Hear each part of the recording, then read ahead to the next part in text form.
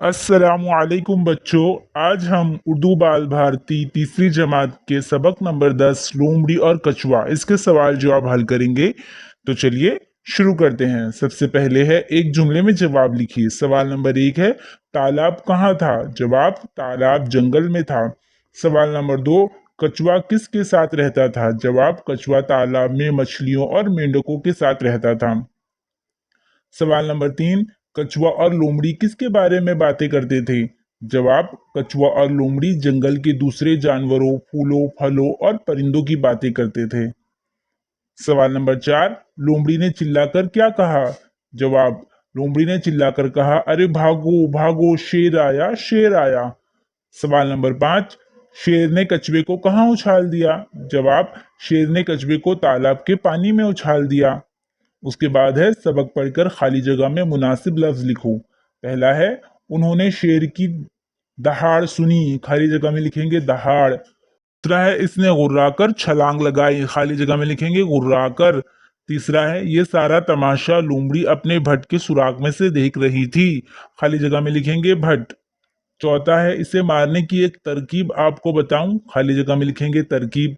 उसके बाद नीचे दिए हुए लफ्जों को अब जुमलों में इस्तेमाल करो। तो पहला है रस, तो इसे जुमला हम बनाएंगे अनार के रस में शिफा है।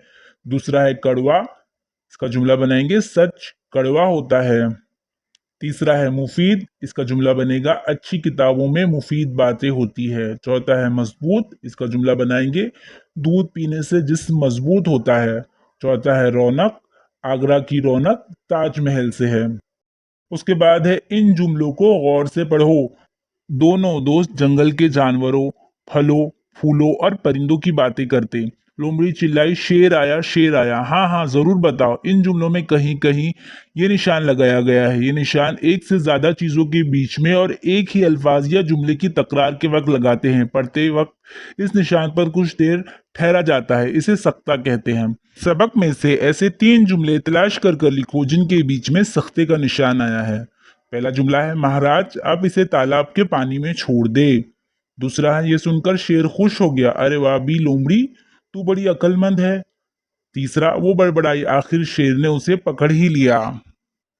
उसके बाद है इन जुमलों को गौर से पढ़ो।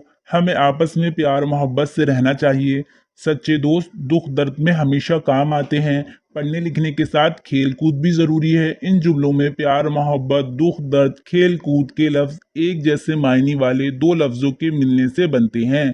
ऐसे लफ्ज हमेशा एक साथ बोले या लिखे जाते हैं।